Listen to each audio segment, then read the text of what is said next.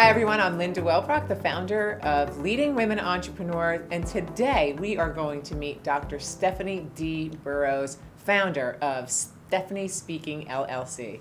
Stephanie, welcome, and we are just so ecstatic that you are in the class of 2018 of Top 25 Leading Women Entrepreneurs, and you've been leading the way for a long time, and we got a lot to talk about today. So we're going to start from the beginning. How's that? Sounds great. Okay, so I think that you just have so much experience with supporting women, and where did that message come from, and how did you begin? How did I begin? I've been out here a long time, right? Started out in the construction industry where I was given the opportunity on a massive rail transportation project before NJ Transit was in place. This was 1980. Okay. So I was the only woman out there doing contract compliance monitoring and labor force monitoring.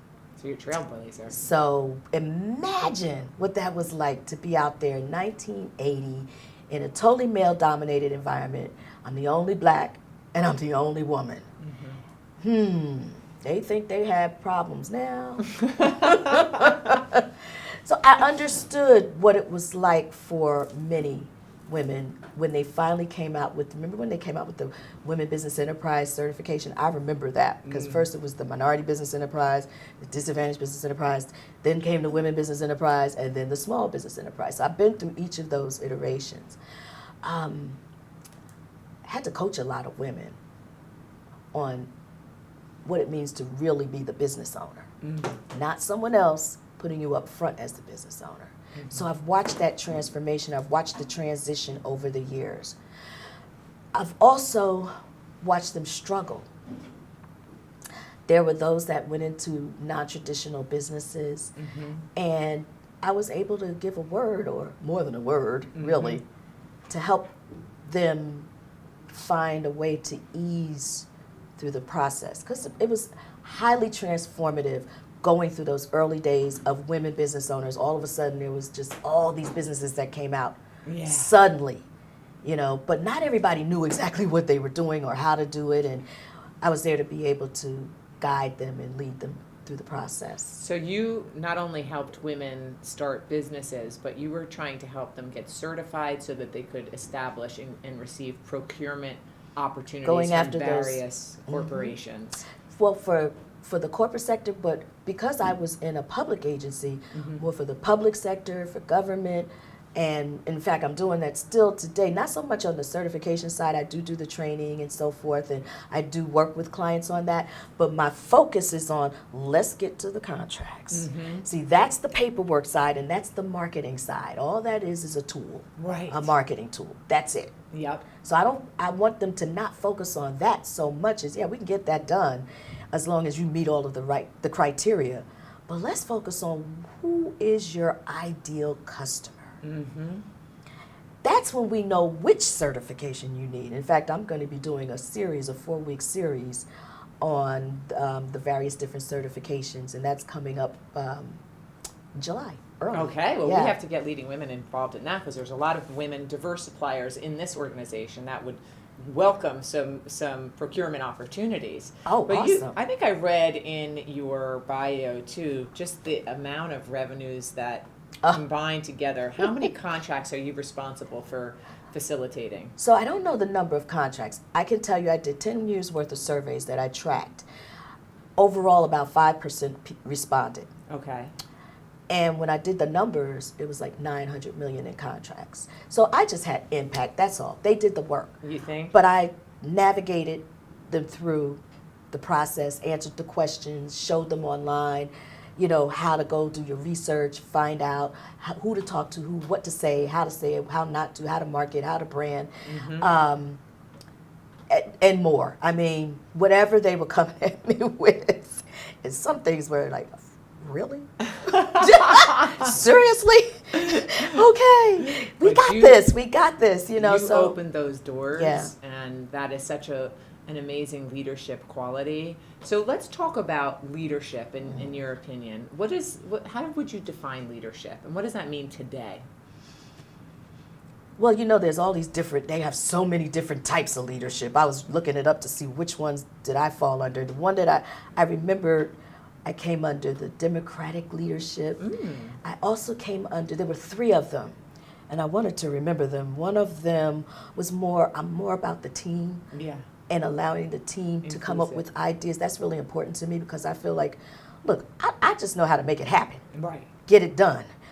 But I need help with the creativity piece. And I'll never forget I had an intern who was an awesome young lady. And she was in a staff meeting with us. And so I was asking for some suggestions on something. And she came up with this suggestion. I got so excited. We were sitting outside on the stoop at Rutgers University of a brownstone. And she came up with this answer. I was like, oh my, because I get excited. You know, I'm like, just energy. And I'm like, that is phenomenal. Yes. Yes, we're going to do that. I'm not thinking anything of this. She says, oh, wow. You mean I really actually contributed something worthwhile? And I looked at her and I was in shock. And I said, honey, from the day you came to me for your interview, you have been a massive contributor. How could you not know that when I've been telling you, you're doing a great job, you're doing awesome things? Yeah. But she wasn't receiving it. She wasn't receiving the message. And that's something a lot of women are lacking. But that's what a leader's job is you brought that message out of her, and thank you for that, because that's what all of us as the next generation of women needs to do, right? Yes. So tell me about StephanieSpeaking, and what are you doing with that business? So for those companies out there or business owners out there that are confused, I've got 2 things going on, 2 platforms. So I'm going to talk about the confusion first. Those that are, you know, you want to get started or you started and you have all these ideas, especially high creative people. Yes. And you ask them, well, what exactly is it you're going to sell? Right. Or you're already selling. And they come at you with like a plethora of things. And I'm like, okay, wait. I'm the daughter of a Marine who raised me like one of the troops. Okay? 17 years of boot camp in the house, all right? I'm serious as a heart attack. It was like, get me out of here. But I'm so glad today because it taught me some things like grit. Yeah. And so I speak to that and I train and I coach on that. And that's one side of the business. That's all about being grounded, resilient, intentional, and tenacious. So how can you be intentional when you've got 10 things you want to do? Right. We need to focus on one thing at a time. Right. And I was taught you can only do one thing at a time well. And when you've got everything aligned in that, and you've got the team working on that, then you bring in the next. Exactly. Okay? So I'm able to work with them from that perspective, which I call the personal development side of the business. But I'm also working with business owners who want to go after the government contracts, the public contracts, and even on the corporate side. But I like the government and the public because they're very, very transparent in many areas. Right. I'm not going to say 100%, but they well, I'm just being real. But they are.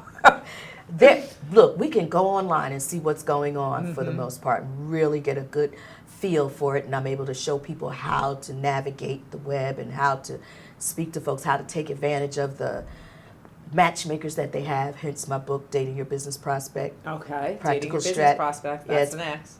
The subtitle is Practical Strategies for Successful Business Matchmaker Meetings. All the things that I got tired of telling people over and over and over again, I said, let me just write this. Yes, now I just love it. Keep reading it until you get it all right.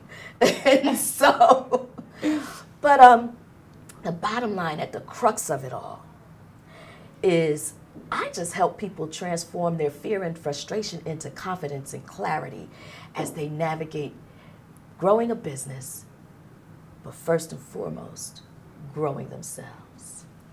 Most important, that's right. Okay, so our last question then is about our theme, which is transforming tomorrow together. What does that message mean to you? So transforming tomorrow together, I say we can transform together in a moment's notice.